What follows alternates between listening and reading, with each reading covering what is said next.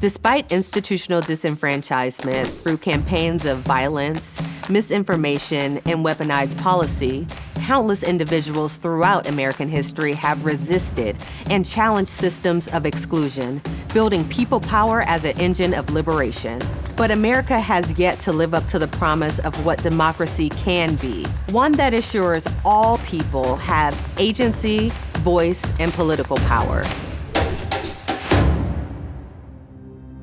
In 1787, the founders drafted the United States Constitution, intentionally limiting democracy to a privileged few, the white, male, landowning class. For example, the Three-Fifths Compromise counted individuals who were enslaved as just 3/5 of a person, a move that both solidified their exclusion from democracy and inflated the congressional representation of Southern enslavers. Similarly, the establishment of the Electoral College prevented the public from directly electing the president and perpetuated a paternalistic narrative that most voters were uneducated and ill-equipped to directly affect their own government. The ruling class feared losing their power if the majority truly ruled.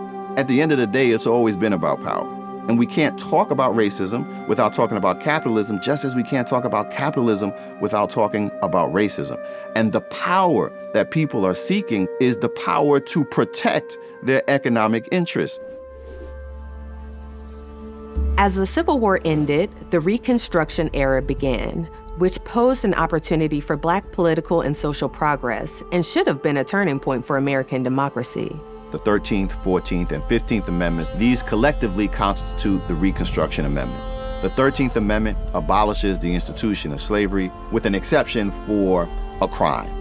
The 14th Amendment grants citizenship to all persons who are born on American soil. And then finally, the 15th Amendment grants voting rights to Black men. And African-American men would exercise that right with a feverish energy.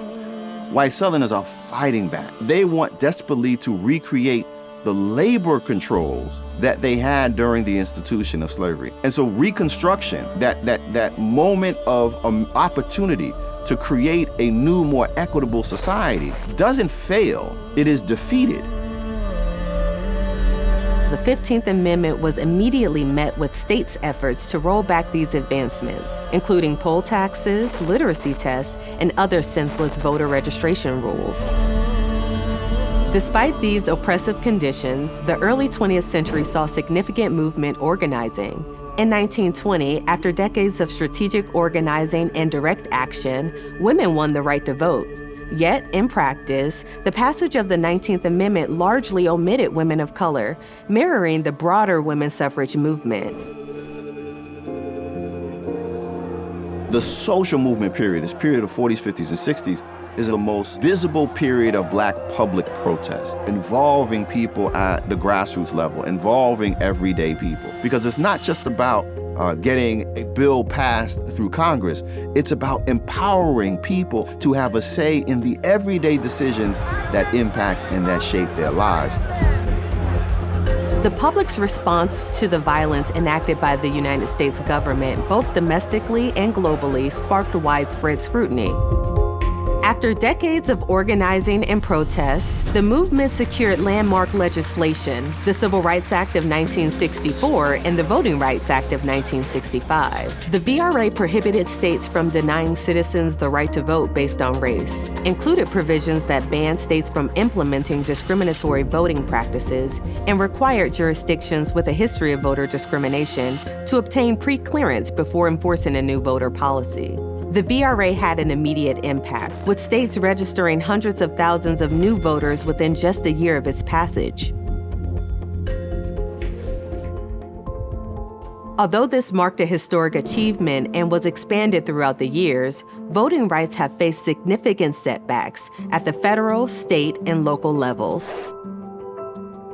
The Supreme Court ruled that states with a history of voter discrimination no longer had to receive federal approval before changing their voting laws. This enabled states to pass restrictive voting policies and close thousands of polling locations, disproportionately affecting communities of color and low-income individuals. Further highlighting the impact of policy on fair representation are the issues of gerrymandering and redistricting. Gerrymandering involves drawing political districts to favor a political party, race, or class to lessen the collective voting power of specific communities. We just bore witness to the largest public protests in American history. We're talking about tens of millions of people taking to the streets, not only demanding justice for the victims of police violence, but also calling to an end to systemic racism. That was a sea change. What we're feeling now in terms of a push to make it harder for people to participate in the political process. These are laws that are designed to suppress what occurred in the summer of 2020. Following a surge in voter participation in the 2020 election, at least 24 state legislatures have passed laws restricting the right to vote.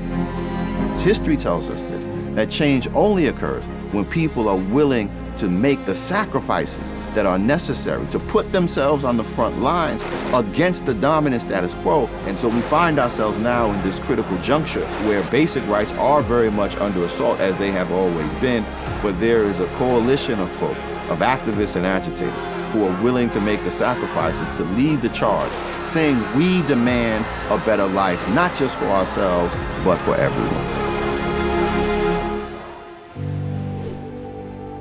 I'm a rising senior this year at New Albany High School. All summer and leading into the fall, I've been registering people to vote. I just turned 17, so I'm not old enough to vote in this election, and I wanted to get other people my age as involved as they can in voting. In the coming years, this whole age group, even those who can't vote, 13, 14-year-olds, they're all gonna be voting someday. So it's important that they have a system that they feel supports them. And so when we think about what that beloved community would look like, it has to incorporate peace, justice, freedom, and dignity for all. If we're able to achieve that, then we're able to achieve what so many have envisioned, and so many have fought for, and many have died for. That's the hope that we have to cling to. I think it's important to see that young people and anyone, if you all come together, that something can happen. Reflecting on the promise of American democracy, a vision of inclusion where every voice is valued, we must acknowledge that this promise has been hindered by systemic contradiction. True progress requires not just legal reforms, but also a sustained movement of people power. We must organize, hold officials accountable, and push for a democracy that realizes its ideals in practice. By combining policy reform with grassroots activism and agitation, we can make the promise of American democracy a reality.